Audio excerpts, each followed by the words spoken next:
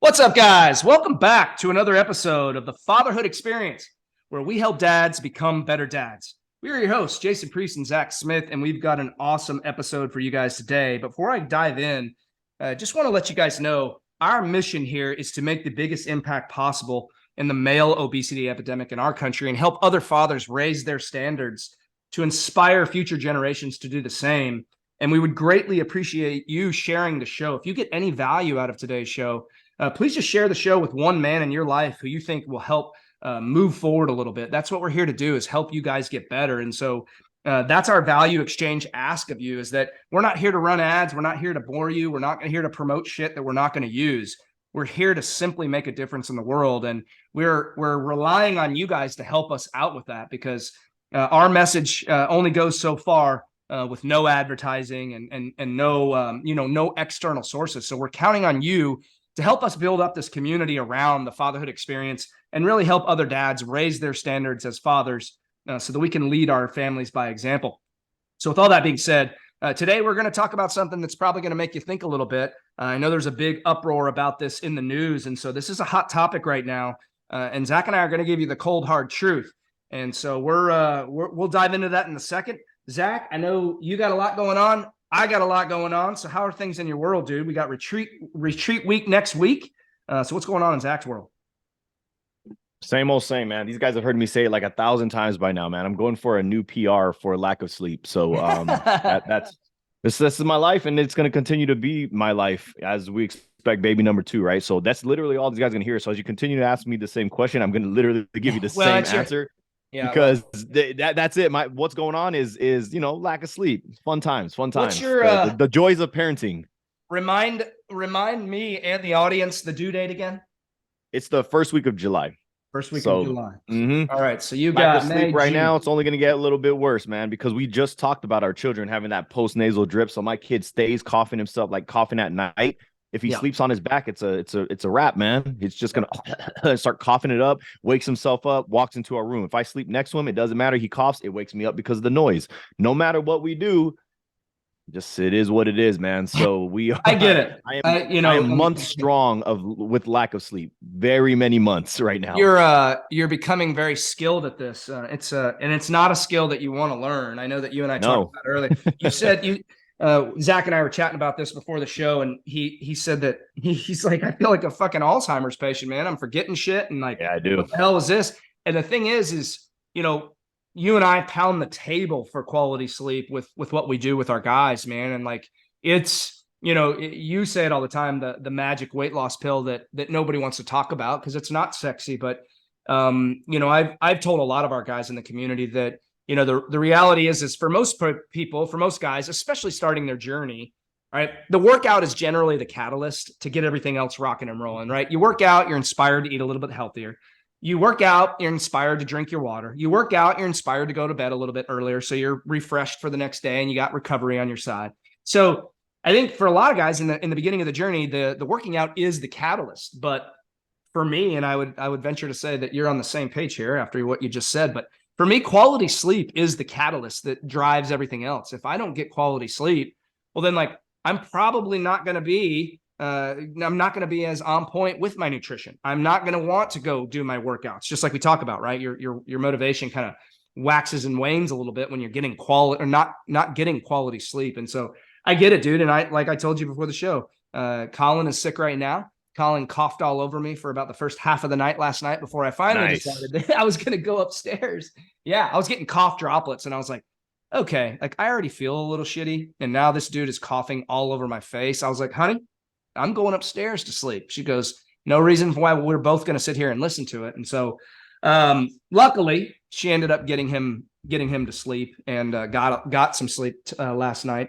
But dude, I know that your reality, your current situation is not going to be changed much until baby number 2 comes and you guys get everybody on a decent, get everybody But here's the thing, though, right? Here's the thing. Although I've been saying this nonstop, as if like, oh no, it's just terrible. It's terrible. Like, how much worse could this be if I was out of shape? Yeah, dude, my life would be absolutely feeling just like torture. Yep. If I did not have the energy because I was also extremely obese. Yep. I would be lethargic as hell. I would have sleep issues in and of itself, just Right. Your due to quality would my already just suck.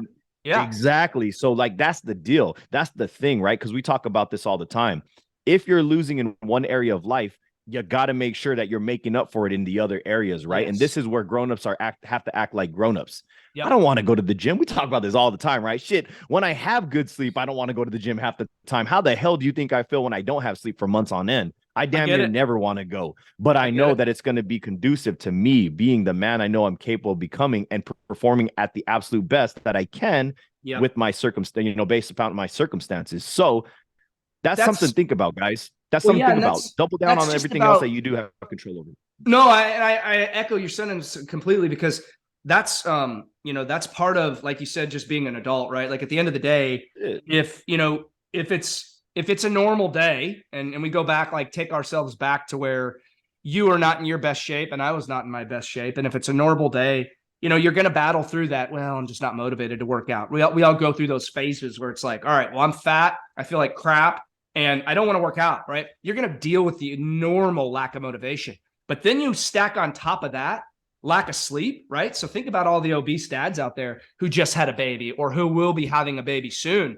Think about the challenges that they're going to have on their plate because they're already not getting high quality sleep, right? Like if you're let's say 30, 40, 50 pounds overweight or even more, you're already going to probably have some underlying sleep apnea, or you're not getting in as deep a sleep as you could most nights. And then you stack on top of that your sleep being cut into from a crying infant or a coughing kid, dude, it will downward spiral pretty quickly if you're not taking care of yourself. And I love that you mentioned, it's about being an adult because, like for you right now, there is not motivation to go to the gym, but you know that it needs to be done because you will feel better on the other end. And when you go to bed tonight, your sleep might be cut short, but when you get into deep sleep for the minimal time that you might get tonight, your quality of sleep will be better because of the workout that you did, right? So this cascade of events happens when you're able to just cut through the motivation, the lack of motivation per se, or I should say, and actually get the shit done. And so I'm glad you brought that up because it's really about aligning your priorities. And we talk about it all the time for what you want long term and not what you want most right now. And so that's a good segue into what we're going to talk about today. I just want to throw this out there, and I talked to our guys about it. But for any of you guys that watch the video, I know that we still have some YouTube video podcasts. We don't do video much anywhere, but you will not see my fatherhood backdrop for a while. I am moving, and so Zach's having a baby. I'm moving 5 hours away, and my house is an absolute disaster right now, trying to get everything ready. And it's everything that I can do to get my workouts in, to stay on top of the things that I need to do for my own self-care, my own personal development, right? We talk about this often, but personal development is really just making your health a priority and doing some reading, right? Like if we're being honest, what do all the personal development gurus preach, right? If you talk to somebody like, I'll even use Andy Frisella, for example, right? He created 75 Hard, not as a fitness program, but as a mindset and personal development program. Well, everything in 75 Hard, aside from the reading, is all fitness based. So wouldn't we then say that your personal development or personal growth as a man is all dependent on your health habits? Right? I think one could argue that, right? 100%, man. And look, I got I got a little sidetrack here with something that just popped up from some breaking news that I am actually not going to disclose right now because this might be something we could cover on a future episode, but it's something that just got brought to my attention. I'm like, wait a minute. What in the hell? So before I actually bring us further away from the topic we're going to talk about, good. Guys, I'm about to jam it on. This is a little bit of a side quest, as a matter of fact, because we are talking about something different. But like Jay said, it's a perfect segue. So I got an idea for what we could talk about next. Now, so Jason, let's dive into the bulk of this. I know that there was something that you wanted to share. Oh yeah, and we were going to discuss that, man. So let's talk about that because I do have a little bit. Sometimes I don't know what's going on here, but you did show me a little bit of what it is you're going to talk about here and what you were going to refer to, and I'm like, what in the hell? Well, we're already on the obesity topic, and I'm glad that you have a new topic because I'm excited because I don't even know about it. I like when we keep our content.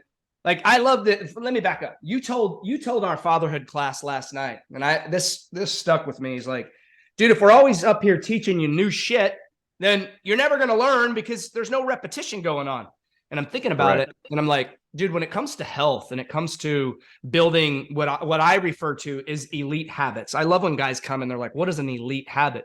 An elite habit is what separates you from the average people who aren't doing those elite habits, right? And so it's elite because you're up here in a class of your own when you align your critical tasks and your non-negotiable priorities around where you're truly headed as a man.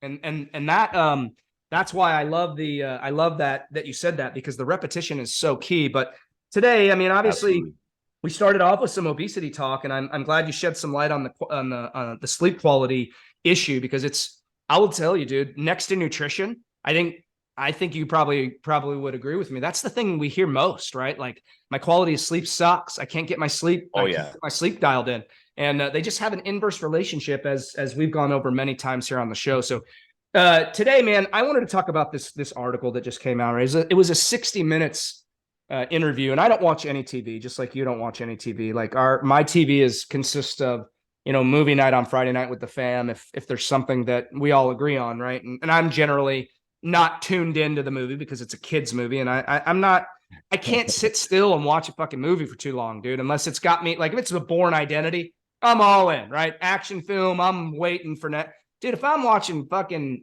Moana or something, some stupid, I can't get it, right? So anyway, so I saw this big uproar, and I want to say I came across it on, maybe it was LinkedIn. I was scrolling LinkedIn, jumping in some comments, just adding some value to some posts, and I saw this guy post about this, and it was from this Dr. Cody Stanford. She's a renowned obesity physician at Massachusetts General in Boston. I think she went to Harvard. I didn't do a ton of research on her. Pulled her Wikipedia page up. Anyway, earlier this month, 60 Minutes jumped into the rolling conversation about this new weight loss medication, which, to be honest with you, dude, I hadn't even heard of it because there's so many of them out there now, and I don't believe in any of that shit. And so, just like you don't. And so, there's this new drug called Wegovy, Wegovy. It's WEGOVY, right? Another one of those magical weight loss drugs. And they did a segment on recognizing and treating obesity as a disease. Okay. And the piece featured real people who've tried and failed to lose weight with dieting alone, as well as experts, right? She's a renowned obesity physician, so she's an expert, right? I want you guys to hold on to that title. Who work, she, like I said, she's a renowned obesity physician, and she's the co-director of the Weight Management and Wellness Center at Brigham and Women's Hospital in Boston. She told the 60 Minutes host that when discussing weight loss, we should throw willpower out the window, and said she was grateful to now have safe and effective medications to offer her patients. Willpower is not even an issue anymore. So get this, dude. Check this shit. This is what I was blown away, and this is what blew up the internet. Okay, this was her quote. Let me find exactly where she says. Boom, boom. All right, she says, where is it? Damn it. Okay, she says that.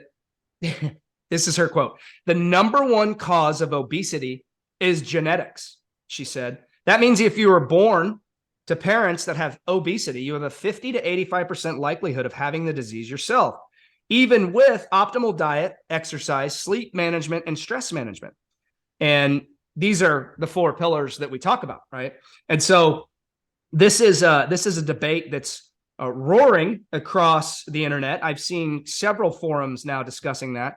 But what they failed to point out, but the commenters pointed out on Twitter, LinkedIn, all these places, what they did point out was that Dr. Cody Stanford has a relationship with the manufacturer of Wegovy.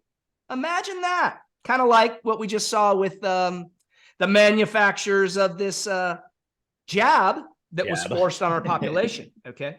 And so, which obviously 60 Minutes did not disclose during their segment. She's also received multiple payments from Wegovy for pushing this medication to her patients. She's now glad she has a medication that she can offer her patients, and that willpower is not even a thing anymore. So she has made the stance. This expert has come in and said that lifestyle is out the window now because it's only a genetics thing. And we're calling her an expert. So clearly, I want to break this down with you. We know this is an agenda. We know this is completely false. We know that every bit of this woman's ties to big pharma is why she's pushing this agenda. And again, we can relate it very much so to Albert Bourla, the CEO of fucking Pfizer, who pushed this vaccine and has come on record many times saying that there are no unsafe complications from this, and that it does have efficacy, which now has been proven completely false, because you need what are we on, the 7th, 8th, 9th, 10th booster for people that are still doing this thing?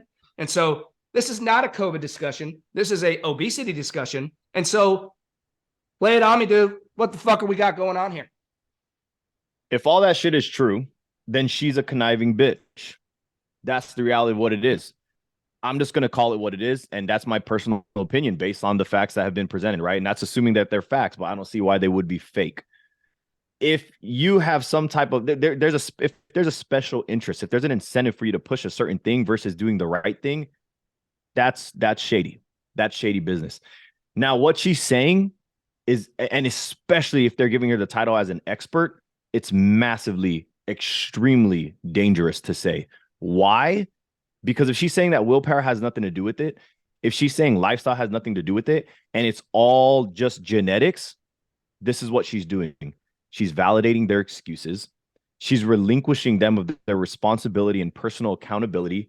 Yep. And she's getting a lot of these people to never even try because they think that their efforts will be in vain. That is massively dangerous and detrimental to our entire country. And this is why I'm saying, and especially if there's a special interest because she's getting some kickbacks from the drug that she's trying to push it. Also, that is, to me, conniving. That's a con artist. Dude, it's an agenda. That's a scammer. That's somebody who's not truly an expert. That's somebody who's just trying to line their pockets, and they're not necessarily. Yes, that's damn near criminal, dude. Criminal. And unfortunately, it's technically not, because you're free to say whatever the hell you want. But the fact that they gave her that title and they said those things, and they're also lining her pockets, that's very detrimental to all these other people. Now they're never even going to try. And if they do try, they're going to go the medication route. And what happens when you get off this medication? What happens if you can't afford this medication? What happens? If you don't address the problem at its root, you will never truly fix it. So you will have to wear a Band-Aid for the next 60, 70 years. If you even make it, you're going to have to wear this Band-Aid for 60, 70 years because you've never actually truly addressed the issue here, which is your lifestyle sucks. Because look, dude, there are different body types, guys. We understand this. Ectomorph, the hard gainer, mesomorph, right in the middle, and endomorph, the person who puts on fat a little easier, but they also put muscle mass a little easier. There are pros and cons to every single body type. Yes, ectomorphs do possess less fat cells than the endomorph. But like I said, their struggle is they're self-conscious because they're built like skinny people, and the other people are built like fatter. So they grass is greener on the other side debate. That's what it comes down to, man. So there are different somatotypes or body types. Nobody's arguing that. But to say that you are just gonna be fat because your parents are is the dumbest shit that I've ever heard in my life. That's ridiculous. Now, is that statistic true? Sure. But is it because of genetics? Fuck no. It's because you're living the lifestyle of your fat parents. What the hell do you expect is going to happen when you live with your parents for 18 to 30 damn years, depending on when the hell you move out? What do you expect is going to happen, Jason, when you live the lifestyle that they live, when you eat the foods that they live, when you believe in everything that they live, and you share the same damn ignorance as them? What the hell do you expect?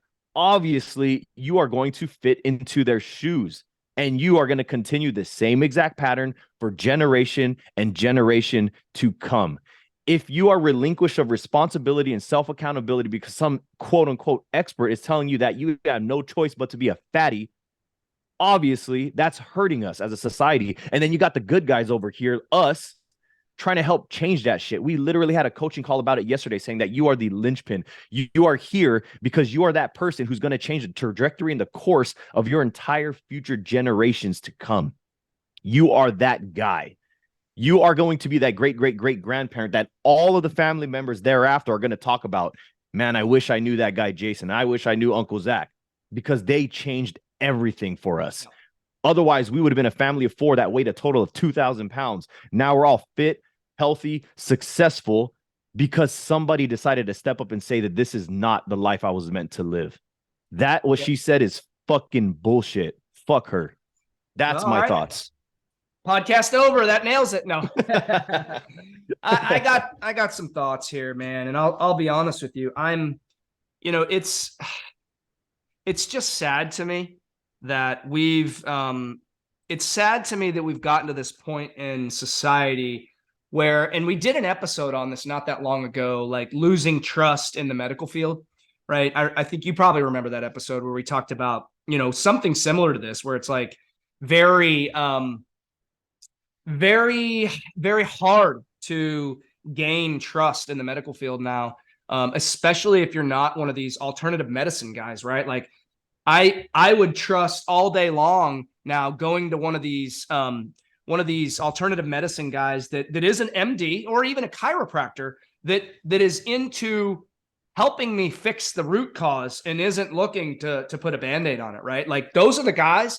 What do they call them? These like there's like a name for these clinics that are popping up where it's like a comprehensive thing where you go in and like the name escapes me, but anyway, these doctors that are becoming increasingly more popular that aren't tied to big pharma, that aren't tied to the medical system, that aren't working for a hospital. They're I mean, that can actually help you the way that they're supposed to help you through Correct. proper nutrition and lifestyle changes and behavior and pattern modification. Correct. We've had a couple of them on the podcast. Stuff that actually works. Yeah, and if there's something deeply rooted in terms of trauma, maybe seeing a food psychologist to kind of uncover what's going on because you're compartmentalizing it. Like, dude, that's what should be done, not versus these damn hospitals that are saying, if you don't push our agenda, you're fucking fired. Well, and one little blurb on this, and I talked to my wife about it. My wife is a pharmacist for a lot of you guys that listen. And, I found this article that said it showed the percentage of kickbacks that general practitioners were getting for administering the COVID vaccine. And you would get massive kickbacks depending on the amount of patients that the percentage of patients that you were able to get vaccinated. So this is a thing. They do incentivize doctors to push public medicine, which I don't like and I don't agree with. And I think that that's a massive problem with our medical field. But that was a sidebar. What we had, like, we'll go with like a Dr. Alex Spinoso or the guy that we had on our podcast, Dr. Eric Fate. These guys are specifically there to look at hormones, look at diet, look at blood work, and find ways to help you, but without slapping medications on you. And those guys are those are the rare but very valuable doctors out there these days because they're becoming fewer and fewer far between. And hopefully this is a trend that we're seeing where it's this, it's a concierge medicine. That's what it is. Concierge medicine, where you go in and like, you could see the dietitian, you could see the doctor, you could get your blood work done. You might get an IV if you need some vitamin replacements and things if they determine your blood work. Like it's a concierge medical facility, but they're not there to give you fucking Lipitor and blood pressure medicine, right? And so they can if you need it. That's not what they're there to push. And so the way that I see this trending, dude, is it's scary. It's scary that the distrust in the medical field is only going to get increasingly more when specials like this are done, clearly pushing an agenda. Obese people, and I actually dropped a post about this, all right? And I posted this morning. Nobody is obese because of genetics. You and I know that, right? Could it be a factor? I'm not going to dispute that. You and I both agree. Yeah, it can make it harder to lose weight. Yes, correct. But it's not your fate. Right. And I will tell you this, Zach, and I just Googled this while you were doing your little piece there. And I Googled, I just Googled ectomorph and it pulled up the chart. And dude, if you go look at any of the graphics online, if you look at ecto, meso, and endomorph, clearly the endomorph is the one that's going to have a little bit more challenge losing weight versus the ectomorph. But dude, if you go look at any of those charts, and they show you the ecto, the meso, and the endo, nobody on the chart, the little cartoon characters are obese. They're all fit people. They just look a little bit different because of their body type, but none of them are listed as obese. So It just doesn't mean you because have to you're be a 400 pounds. right, just It because doesn't you're mean an you have to be endomorph 400 doesn't pounds. mean you can't be strong, fucking healthy, and ripped. Like that's just Correct. it, right? And so anyway, let Because me finish this thing. their power, their super endomorph superpower is they also put on muscle mass Oh, very quicker, well. yeah, Very, yeah, very, very, very well. And they are strong individuals, man. So yeah, just because yeah. you're endo doesn't mean you have to be 300, 400, 500 pounds. No, That's it can also bullshit. mean that you can still That's have fucking bullshit. abs, right? And not saying it, Of everybody course. wants abs, but if that's your thing, you can be an endomorph and still have abs. So that goes completely against the genetics as the cause piece, right? But I said this: nobody is obese because of genetics. Don't believe the lie being fed to society. You are better than that. So stop with the well, my whole family is obese, so that's just reality. Nonsense. You know damn good and well that's false and that you're capable of more. They want you to be obese because you consume more. You consume more food, you consume more medications, you consume more Netflix. Generally speaking, sedentary obese people are shopping more on Amazon. They're watching more Netflix. They're buying more shit. They're ordering more DoorDash. They're hooked on medications because they can't get off of them. These are the consumers, right? But here's the deal: it's up to you to stop it. You're the man of the house, the father, the leader of the pack. You have the opportunity to change generational trends for your family. Step up to the plate, handle your business, and raise your standards. And guess what? Your family, your friends, your neighbors, your coworkers, your employees all raise their standards too, right? I'm not going to finish the post. It was a little bit more about, tying into it. But the reality here is this, dude, is we all have an opportunity to change the generational trend. And I know that you and me personally have spoken to at least 100 guys apiece since you and I have been in business together. You and I have each had 100 calls where we've spoken to guys who have said, well, my entire family's overweight and this is just how I am. And they basically have accepted that as their fate. And I'm sorry, but if you're willing to accept obesity as the hand of cards that you were dealt, you're lying to yourself. And it's time to change your thought process here. And it's time to double down on why you need to step up to the plate and change this generational trend for your family. 100%, dude. 100%. And you say we had 100 calls. It was Probably probably more, to more, be but honest I'm with just you, being man. safe. Yeah. But that is the absolute problem with what that lady's saying, man. She's just literally confirming what they believe to be true. There's nothing more dangerous than confirming something that is not true. It's ridiculous, man. We got people out here just saying who are quote unquote experts, people who call themselves biohackers, right? By the way, if you call yourself a biohacker, you don't know fucking a damn thing. So Unless you have people MD are at the saying back of your crazy name, shit. and you better not be calling yourself a And even biohacker. if you are an MD, dude, it's like, what the fuck, dude? Science is already, for the most part, figured. They got this shit figured out in terms of energy balance, man. We know how this works. Cool. Oh, no, I have this condition, so I can't lose weight. No, yes, you can. You just require less calories because your metabolism doesn't function as high as Yep. another person would. Yep. There's just typical, and then there's atypical. Typical requires the basic normal procedures or whatever the hell, not procedures, I should say, but like we'll say typical kind of Actions. planning. Yeah. And then the atypical people, they just have a little bit of special modifications necessary in order to get the needle moving in the right direction. We That's see it all all it the is, man. time, though, dude. How many Of ecto, course. endo, and mesos have we worked with? A lot. Oh, dude. Yeah, a lot, dude. A lot. But we got nut jobs out there just claiming all kind of wild shit, right? I heard one from this other guy. And it's a guy that claims, I don't even want to say his name because he's so stupid that he calls himself a biohacker. He's not even a doctor. He's not though. But he acts like he is. And he talks about how he can predict when you're going to die to the month based on your blood work and stuff like that. And I'm like, that is the dumbest thing I've ever heard in my life. Because most people don't realize that 80% of these chronic diseases that people deal with can be reversed or completely just never happen. Just non-existent with a few simple lifestyle changes. So how the hell are you going to tell me when I'm meant to die if at any given moment I could snap my fingers and say, guess what? I want to go to the gym now. Guess what? I'm going to choose healthier foods now. Guess what? I'm not going to drink as much or at all. Guess what? I'm quitting smoking. Guess what? I'm prioritizing proper stress management tools. Guess what? I'm prioritizing my sleep. Do you hear these things that I'm saying? There's so many damn things that we can do that could start making us healthier day by day by day. And these things compound, man. They compound. That's It's just incredible to me, like some of the crazy things that some of these people say. You can't do that kind of shit. He's also the same dude that's saying that there's so many pesticides in these plants and fruits. Never eat fruits again because they could squeeze the fruits out and they could get so much pesticides that they could re-pesticide the whole crop effectively. I'm like, dude, these guys are nuts, dude. Like, where do they get this shit from? Like, and he cited a source from some company that nobody even knows. And he referred to a study that happened in China. Like, okay, because yeah, they're trustworthy. Chinese standards are the same as America. Come on, dude. Like, first of all, you're citing a source for a corporation or a company or whatever the hell it is that nobody even knows what's what. And you're citing it from a country, a communist country, one fucking single released the study. virus. One I single know it's not study, about dude. COVID. Yeah, no, I know. I'm not even gonna go there. One single study, dude. Do you understand that one single study does not change the general consensus of the scientific community? The way that the scientific community works is when there is a general consensus because there's enough evidence to prove one thing causes another, or at least a strong correlation.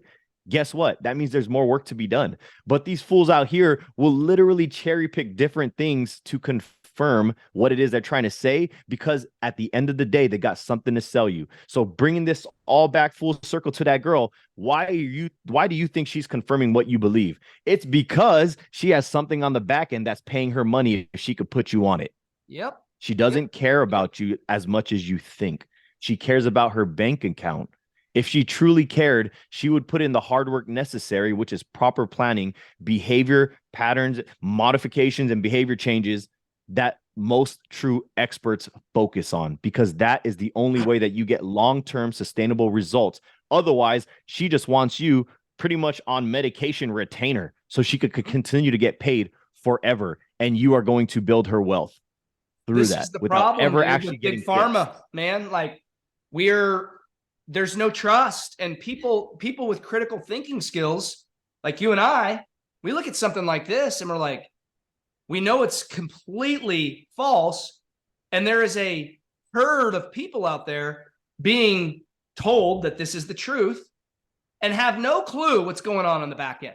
It's a dangerous situation, dude. Just like you said, it's extremely dangerous. And I know I've said that it's not about COVID 12 times now, but are we going to sit here and call Anthony Fauci the expert? Like, trust the science, bro?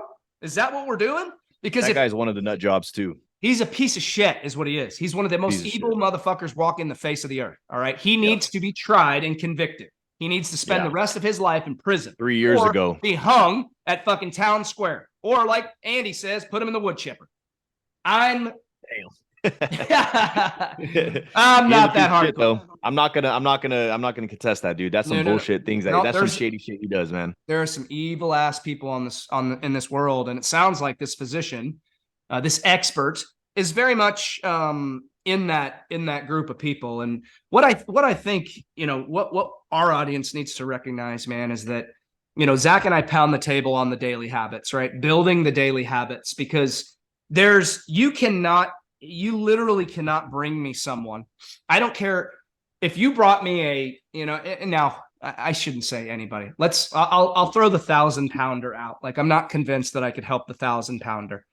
But if you brought me a guy, that's just problems. That's If you bring me a 400-pound man, anybody that's 400 or below, that has the physical capability, that can actually still walk and can perform normal daily living tasks, I can guarantee you that if you brought me a 400-pound man, you plugged that guy into our system, and you allowed him to start building his life day by day, step by step, one step at a time, with a 1% better mentality. I don't care how long it takes. It might take a year, might take 2 years. We had Rick that dropped 200 pounds in 11 months. It might take 2 years. It might take 3 years. But I guarantee you, if that gentleman, that 400-pounder, came into our world and built daily elite habits, he would not be 400 pounds 1, 2, 3 years later, and would be in a significantly healthier spot with zero medications involved, simply by plugging into our system and building the daily habits required to live a healthy, sustainable lifestyle. There's not anybody out there in the world that can convince me otherwise, as long as the person is physically capable of walking, picking things up, using a fork, laying in a bed. Like, as long as I've got that on my side, I guarantee you that that man will change his life. So there's nothing that you can tell me that makes me feel like medication should ever be our first line of defense. Now, if this doctor was sitting there cherry picking this, but also saying, you know what, this medication's amazing, but we still got to address these things, and that's how she's getting her kickback on the back end. But she's actually helping the people change their lifestyle, right? And then eventually using it as gets a off tool. the medication. Using it as a tool, not a crutch. Yes, I 100%. can support that, and I even support your 100%. kickback on the back end if that's how it works. Correct. Yes. But the fact that you're saying that willpower and lifestyle are irrelevant, no, you're an idiot. Fuck all the way off with that. Yep, 100%, dude. I actually wanted to cover that because I don't want to talk about how medical intervention is not a thing, because it absolutely is, dude. 100%. Why do you think life expectancy is so high?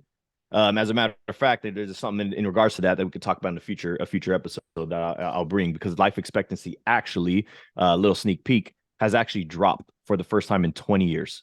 So easy to believe. The only reason we're able to, and yeah, surprise, surprise. Why do you think so? 3/4 of American are obese or overweight. I wonder if that has anything to do with it. So anyways, man, like I said, medical intervention is a beautiful thing, man. Like something as simple as like a Pedialyte or like or whatever it is has saved literally millions upon millions of lives through just oral, hydration. And people don't think about it as medical intervention, but it really is, because there's a lot of people on earth that don't have clean drinking water. You ain't getting Pedialyte in a fucking river. Exactly, right, exactly. Because if you're drinking river water and it causes diarrhea because some kind of virus in there, it actually is worse for you, right? You can't drink seawater. You know how that is. So like these basic medical interventions, like people don't think, they think Pedialyte's just something you drink when you have a hangover. No, this shit actually can save damn lives, dude. Yes, like it sure can. When people save money or donate money and they buy these things to send over to countries that need it, dude, you're literally saving lives. So medical intervention is amazing. It's awesome. It's what's allowed us to extend our life expectancy. But the reality is these drugs should be used as tools. And that's what our stance will always be. They should be tools and catalysts to help jumpstart your life in the right direction while building the foundational patterns and behaviors that's going to allow you to lose the weight, but keep it off for good. Remember, guys, everything is a tool, but the moment that you lean on it to the point where you can't live without it, it has now become a crutch. And if it is a crutch, you can never expect to have long-term sustainable results. And you could expect to be, you might as well nickname yourself yo-yo, because you're going to go up and down for the rest of a lot of our guys. Life. Right? Like a lot of our guys. Before getting into our world, right? That's a lot of what they did, right? Because they fell into a lot of these traps. And I don't blame them, dude, because the internet's a great place for great information. But just like this bullshit, it's literally a place where you're gonna hear a lot of shit, right? I say it all the time. Misinformation spreads 6 times faster than the truth. Why? Because it confirms biases and it validates people's excuses. So they want to hear that shit. It's controversial. It's polarizing. It's the sexy stuff, right? We talk about all the time. The non-sexy stuff doesn't get circulated around the internet because nobody wants to hear about how you need to sleep well, train hard, eat right. That's just boring, right? And in their eyes, it's played out, but that's still the truth. Nothing has changed. Nothing has changed, man. Yeah, I have some really mixed feelings when it comes to this, because I've been, I was an ICU nurse for 6 years, and I'm pretty anti-medication, dude. Like you sitting here and you're talking about Pedialyte, and I'm thinking about some things where, like I was the guy who only believed that you needed a medication in extreme situations. So like I'll use blood pressure for an example, right? If you got a guy who he's got chronic stress, he's 50 pounds overweight, and he's not currently acting on his health, not currently taking action on his health to try to improve it. He's got a lot of stress. He's got high blood pressure. He's got family history of heart disease. He's walking around with fucking 160 over 90 blood pressure. I believe that guy needs to be on a daily blood pressure medication until he can get his shit together. I also believe that guy could probably eliminate that medication, or at least bring it down to a very small dose if and when he does get his shit together. And so going back to your point, it's a tool. It's not a crutch. The reason I have mixed feelings on this, dude, is that my wife is a pharmacist, okay? My wife got into pharmacy because she has a passion for helping people and loves the chemistry side of pharmacy. there's a lot of great drugs out there, dude. There's a lot of fantastic medications that work wonders, especially in the critical care setting, dude. When you get somebody that comes in that's got fucking no blood pressure at all, literally can't even register on a cuff, and you fucking use some dopamine or some Levofed to bring their blood pressure up, and you get their shit rocking and rolling, and now you have a chance to save their life. That's a medical intervention that just potentially saves somebody's life, right? Not going to be using that dopamine for the rest of their lives, but they need it while you support the rest of their bodily system functions. Get them the fluid, get them the blood, whatever they need. Why is their blood pressure low, right? Fix that, get them off the dopamine. So huge believer in medications. Love how innovative we've become with medications. Mm-hmm. But where we're headed right now, dude, and the more that I peel back the onion layers, it's becoming more and more sad for me, because I think that there is a much bigger agenda and much more corruption at the big pharma level than I ever would have imagined in my life. And now that I see the number of companies that are directly tied to big pharma, the number of big name influencers and big name celebrities and all these people who are lining their pockets because big pharma is crushing in whatever it is. I mean, what did fucking Pfizer make off this last run with, and they're still making money, multiple, like hundreds of billions of dollars off of something that I just don't believe in, right? And so the trust factor is what saddens me at my core, dude, because I've gotten to the point in my own life where I'm already anti-medicine, and now I'm skeptical. Like, I got to go find a fucking Alex Spinoso or this Dr. Eric Fate to address me personally, because I know that they're looking out for my best interest. They're not there to slap a fucking Band-Aid on my high blood pressure, or they're not there to tell me that I need this medication when I don't really need it if I do this instead, right? And so that's what saddens me, man, is like, I'm torn on this, because I'm seeing what's going on in my wife's brain. My wife has a very big passion for what she does. And she was about to, I told you we're in the position, or we're in the transition in between moves. And when she was looking at employment to try to get closer to San Antonio, one of her considerations was working for a drug company and being able to work from home. She would have to travel some. And her main gig is pushing that drug, getting other providers to adopt that new drug instead of a different drug so that they can start pushing it on their patients. There's just a lot of shady shit that goes on behind the scenes. And I'm an honest person, dude. I don't like the shady shit. I don't like people fucking making, hundreds and millions of dollars off of somebody else's suffering. Like, I just can't, the human factor inside of me, dude. I just can't, that does not sit well with me. And so that's what saddens me most about this whole fucking thing, dude. Yep. You talked about peeling back the onion. When you peel back the onion, what you're going to find at the core is a paper trail. And if you follow that paper trail, you're going to realize that it all comes down to the money. That's really what it is, man. And going back to what you're saying about having to try to find a real doctor that wants to help you truly versus just slapping the sticker. Because look, dude, big pharma is there to save you from this and that, right? But they're not going to cure you. There's a big difference, guys. There's a significant difference between stringing you along and keeping you alive and actually trying to help cure you. There's a big difference. So when it comes to finding a good doctor, if you have that doctor who just keeps his head down, he just writes down the shit you say, not even really paying attention to the symptoms or hearing you out, and the first thing he hears when he hears blood pressure or some shit, oh, yeah, take this medication. That's a red flag. That's a red flag, because there are certain doctors out there who are just jaded and they're like, I don't, whatever, dude. I have to hear the same shit thousands of times all the time now, and I'm tired of it. Once I hear high blood pressure, 135 over, okay, here's high blood pressure medication. I'm like, dude, what? That's not that. What? That's not life threatening. That's not terrible. I'm not due for a heart attack at any given moment. Why are you trying to tell me I need to go on high blood pressure medication because my blood pressure is 135 over like 86? Like, what's going on here? What's going on? Oh no, you're okay. We'll just do a little bit. Whoa. Hold the hell up. Yep. First and foremost, let's try to address the problem. If it gets worse, maybe we could utilize some medication to help aid the process while you're trying to get your bearings. You know what I mean? While you're trying to get that momentum and build up those behaviors. Process is flipped. There's none of that. Process is flipped. Right, exactly. Let's throw you on all this shit and then let's wean off of it. That doesn't work though.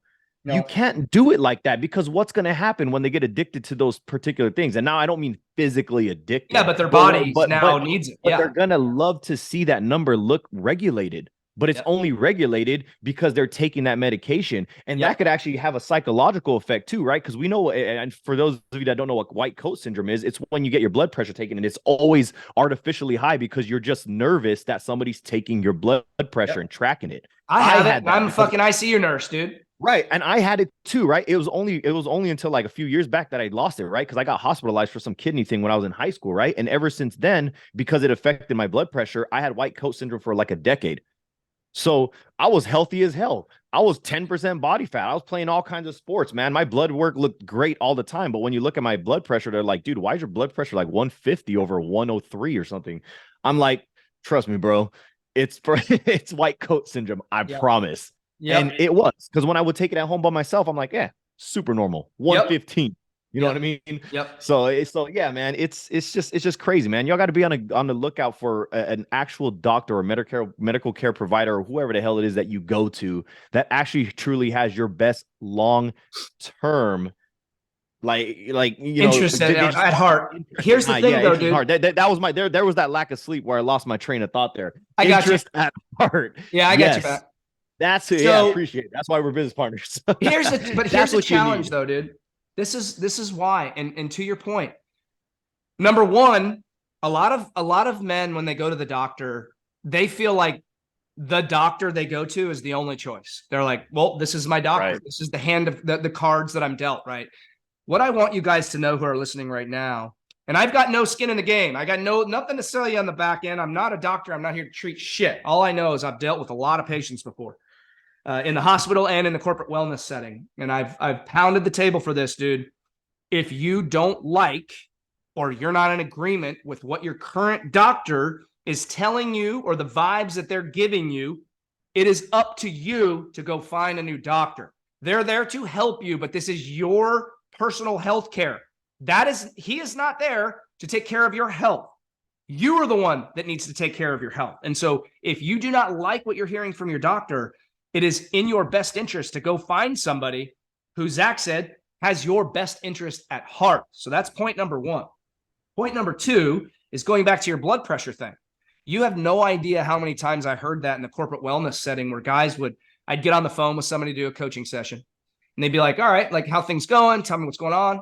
Brand new patient or brand new client. Hey man, I see your blood pressure was a little bit up. Just want to go over your lab work with you, your biometric screening. Well, it was a little high then, but I don't have blood pressure. I don't have high blood pressure because I'm on medications for it. Like, so wait a minute. You now have convinced yourself that you don't have high blood pressure because you're on medications for it, but yet you have no incentive to try to get off the medication and get your blood pressure down naturally. But in your mind, you no longer have high blood pressure, right? What a skewed fucking way of thinking. And that is what our medical field has done to these people by slapping meds first, right? Oh, your blood pressure's fine, man. You got it good regulated with this medication, right? And that's just one example, but tying it back into the weight loss thing, right? Your body gets addicted to it, right? It gets used to it. It's regulated by it. And now you don't have the lifestyle changes to support it. And so I just, So you get addicted. saddens me, dude. This is it. at You its need core. it. You rely on it. You Yep. have to have it. And if you don't, you feel like you're losing, dude. Yep. So I think that sums It's this it, up, man. dude. Whether Yeah, it's a doctor so- or some damn expert, dude, it doesn't matter, man. You gotta follow the paper trail. And if somehow, some way it leads back to money in their pockets, you gotta question if this person has my long-term best interest in mind, or if this person is just trying to throw me on something that's gonna benefit them more than me. Yep. Yep.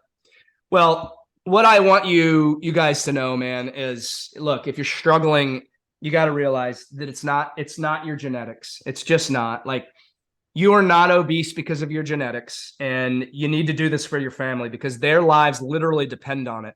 If your children right now are overweight, it's on you as the dad. It's on you to change the generational trend, which means you leading by example. If it doesn't weigh on your conscience to look at your children who are overweight and you don't feel like that's your fault, I got news for you, dude. they're watching every fucking move that you make and they're doing everything that you do. So if you're filling your face with DoorDash and fucking Netflix, what are your kids going to do?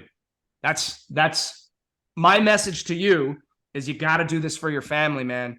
Their lives literally depend on it. So here's my little my 2 cents. Next time that you tell yourself that you don't have time or that you're not motivated, just remember your kid's future doesn't care about your lack of motivation. We're all in this together. Zach, myself, all of our community in the Fatherhood, we're in this together, and guys like us don't continue to spin our wheels. We take action. So I challenge you to get your shit together, man. This is Monday. Get out there, make moves this week. And if you got value out of today's show and you know that it could help another dad in your life, please share the show. Get it to one guy. That's all I ask you to do.